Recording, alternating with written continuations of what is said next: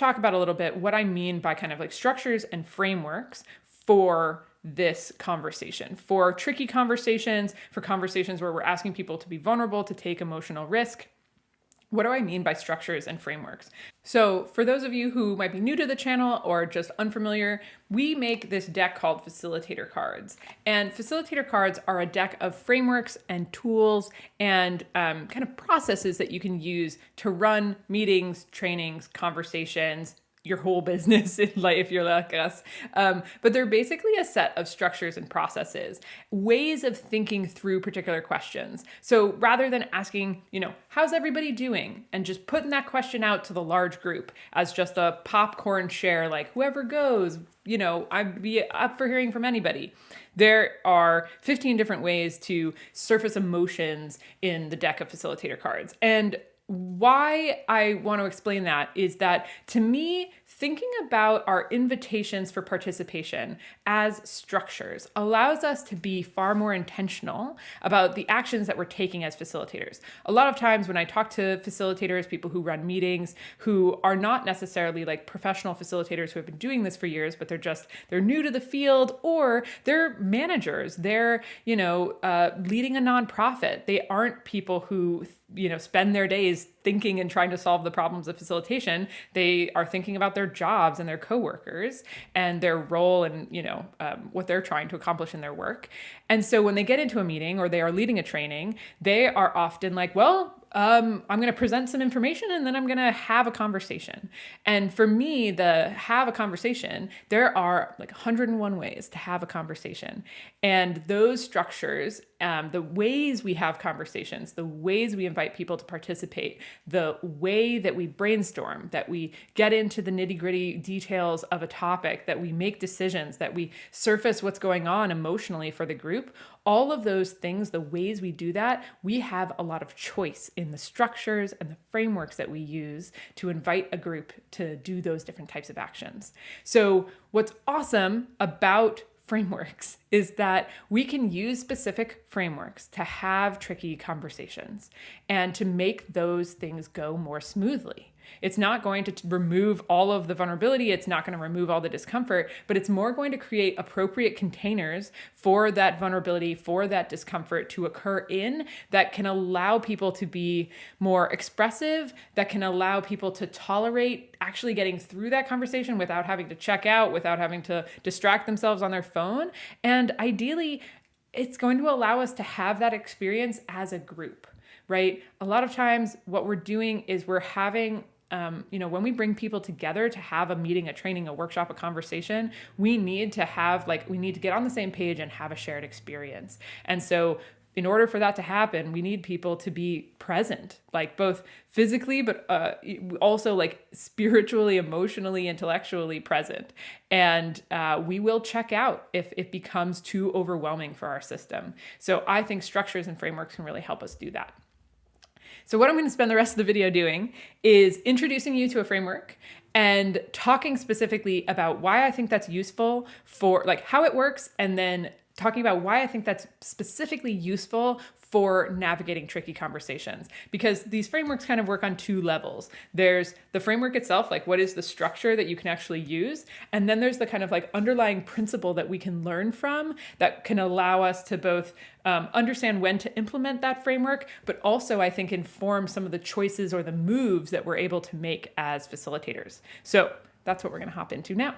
The first framework is minute papers. So minute papers is a really simple structure, and this is all it is.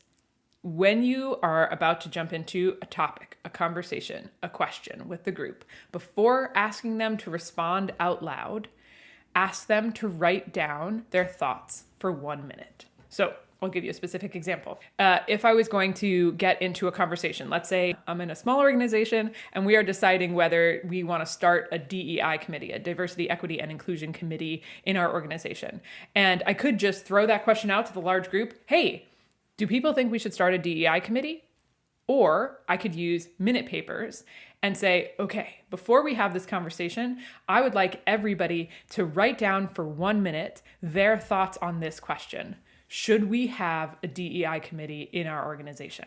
Why minute papers is so helpful for challenging conversations and for lowering risk is that it gives people time to process their thoughts without having to do that out loud. Now, some of us, like me, are out loud processors. I have very little problem saying my thoughts out loud and kind of watching what I think happen in live time. For other people, that is an incredibly risky thing, or it's just simply not how their brain works. It's not how they process information. And so what Minute Papers allows everyone to do is have a moment to think through their own thoughts before having to share with a group. That allows them to more carefully curate what they want to share. It allows them to kind of collect their own ideas first, and it gives them, and I don't think we should underestimate this, like a physical, so if you're writing in person, it gives them a physical object, or if we're, online, it gives them something to reference when they're talking. We like having things to look at, to hold when we're sharing. If you imagine it actually lowers the vulnerability of the act itself to have a physical object between two people or something that we're referencing when we're talking. So there's a lot of ways that this really simple structure of minute papers is hugely helpful when we're having difficult conversations. And we don't have to just use it at the beginning of a conversation. We can actually employ it anytime we want to in a conversation. We can say, okay, you know what? This conversation's getting really heated. I want everyone to take 1 minute and write down their thoughts of like what's going on and like what's circling around for them right now. Or you can do that at the end of a conversation and say, we've just talked about a lot of things. How can we now wrap up to go back to our, workplaces or back to the next meeting we have? Like, what do you need to synthesize in order to make sense to transition into your next thing? All of that can be done with a simple minute paper. That is what the structure is, and that is why I think it's so impactful to use in difficult conversations. So, minute papers, bam, really good one. Let's talk about a really different type of structure. So there is a structure that I have used before called sharing withholds. So sharing withholds is basically a particular way to invite sharing from the group. So all of us have probably done a go around share where it's just like, we're literally going around the circle and hearing from everyone or asking people to pass it, John, you pass it to the next person in the Zoom meeting. That's a very simple go around share. Sharing withholds uses the same structure of an expectation that everyone's going to talk, but there's a couple additional rules that make it really impactful. So one is simply the framing. The idea with sharing withholds is that you are going to say to the group, we're going to do an activity where we share the things we have been withholding from each other. And that explicit invitation will often make people go, whoa, okay, because we all have very likely things that we haven't been saying, right? That we haven't been sharing with each other. And sometimes we need that explicit invitation in order to share those things. So part one of sharing withholds is just telling people this is what the structure is. The second part of the kind of structure itself is that everyone's going to share. And the third part, I think most crucially perhaps, is that we're not going to reply to each other when we share. So I think of this as no crosstalk. So if Michael says something and Janine wants to reply to that, we cannot do that within this structure. You only speak for yourself and you only speak for your experiences, your thoughts, your beliefs, your emotions, but you are not responding to what anyone else has said. You are only speaking from the I. And it's not, I think what you said is crap. It's more like, this is what's coming up for me.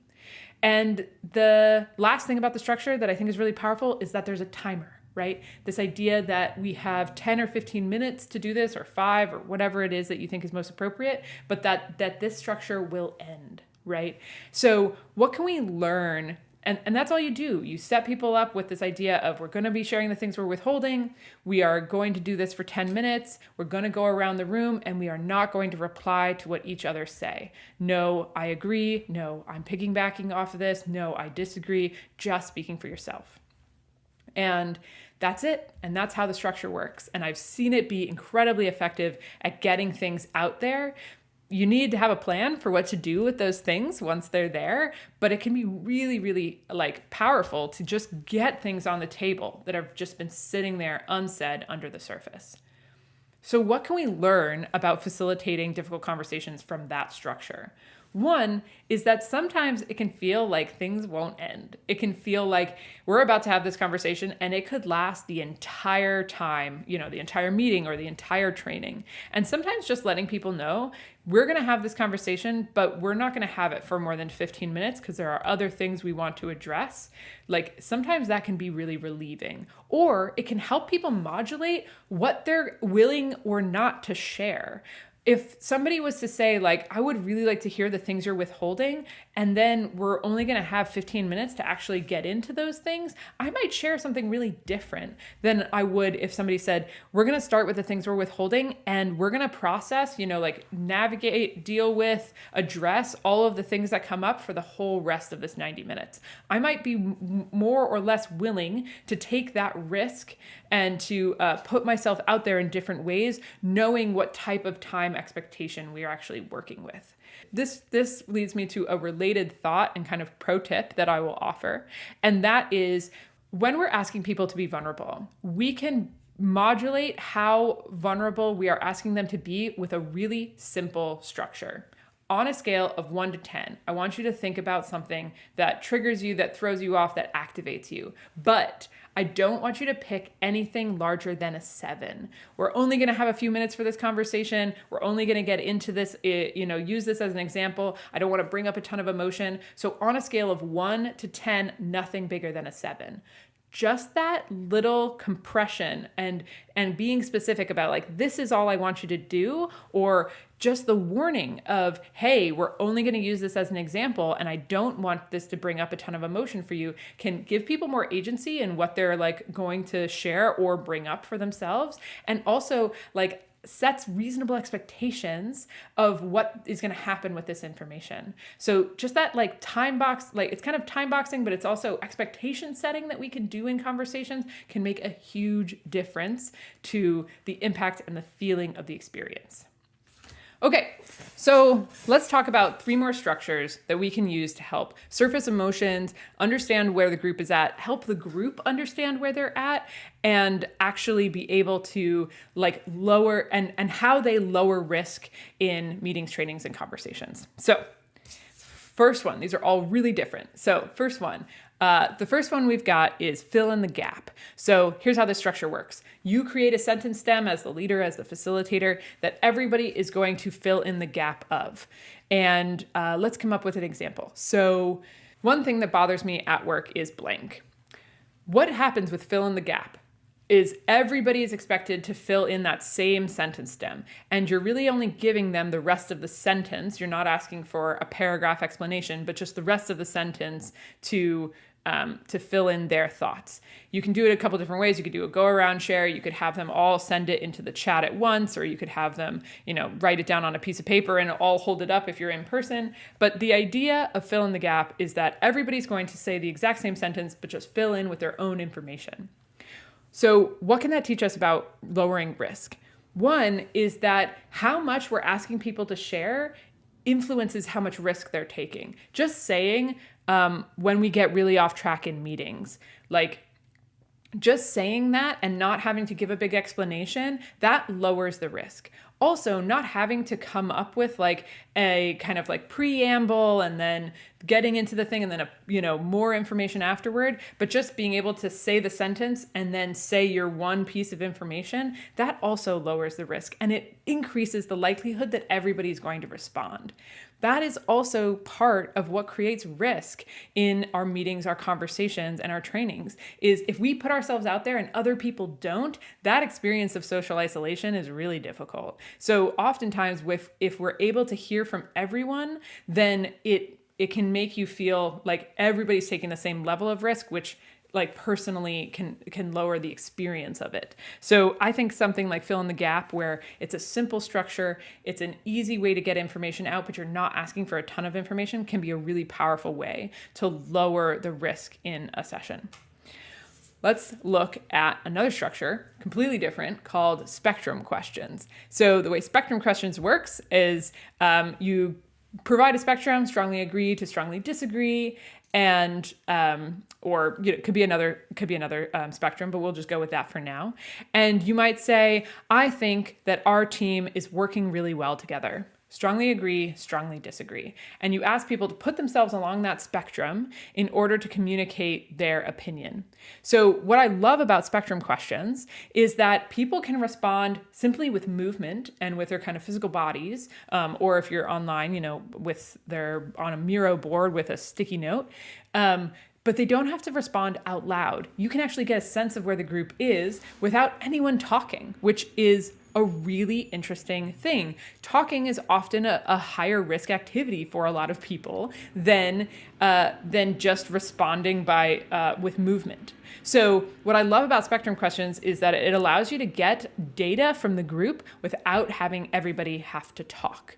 And then you can ask for, you can kind of so having everybody respond to that can just on the spectrum, and you could decide, you know what? That's all the information we needed as a group. It's just to see where we were as a baseline. I don't need individual people to respond. Or you can kind of invite kind of a second level of risk taking, which is to say, would anybody like to share why they placed themselves where they did, right? And now people who are more willing to take that risk can do that while still getting everybody's input as an entire group. So I think the idea of lowering risk by changing up the modality that people are participating in. Are they talking out loud? Are they sharing by movement? Is there ways for them to respond without having to say a bunch of things in front of the group? I think that can be a really powerful tool for lowering the risk in our sessions. Let's look at 3 structures that can help us get a bunch of ideas on the table or get people's thoughts going that can create different ways that we can lower risk within our trainings or our workshops. So first structure is I know versus I wonder lists. So this is a really simple structure, and it's simply that you are going to make 2 lists as a group. One list is things you know, and one list is things that you wonder. And you can do this with any prompt or conversation. And one thing that I really appreciate about this structure, and that I think is really helpful in lowering risk, is cultivating curiosity explicitly. Explicitly inviting curiosity into a conversation can, I think, lower the risk of feeling like we have to know everything.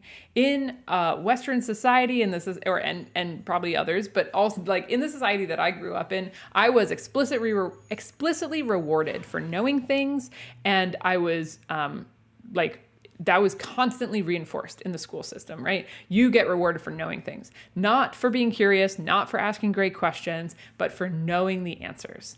And so I find that it is sometimes challenging to get people to share, what are the things you don't know? What are the things that you are curious about? And I think changing it from an I know, I don't know list to I know, I wonder list allows people to admit things that they don't know within this framework of curiosity, right? So rather than saying, I don't know this, you can say, I wonder this. I am curious about X. And that creates a structure where people can admit things that they not just don't know, but that they can kind of reframe those things that they don't know as points of curiosity. And that can really change the experience of not knowing something. So let's look at a structure called opposite thinking. So opposite thinking is when, rather than asking people to make a list of things that they know, or let me give you an example. It's really easy to explain with an example. So with opposite thinking, we're asking the group to think about the opposite of what we ultimately want. So I asked a group of teachers recently, what if you wanted to facilitate a terrible meeting? How would you do it? Give me one example. We could have made a list that said, how would you facilitate a great meeting? We could have made that list, but instead we made the opposite thinking list of how would you facilitate a meeting that you wanted to go terribly. And it was fun, it was fast, people were laughing the whole time. But what that allowed people to do was actually share a bunch of things that they've done or that they have seen other people do in this really explicitly low risk way. I didn't say, what's the worst thing you've ever done in a meeting? That would be how have you destroyed your past meetings, right? That would have been a much more emotionally vulnerable thing to ask. And yet we could get that information out by simply making it a theoretical, how would you run a terrible meeting if you were to try to, right?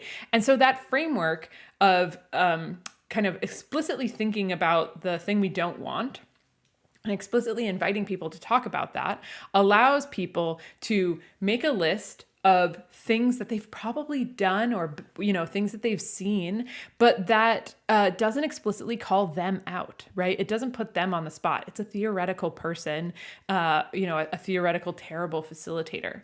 And so I think opposite thinking can be really helpful in that creating a little bit of separation between us and the things that, we know are bad, but also allowing us to see them, address them, and actually ultimately work with them. So I think that can be a really powerful structure. Okay, last ideation structure for the moment is four squares.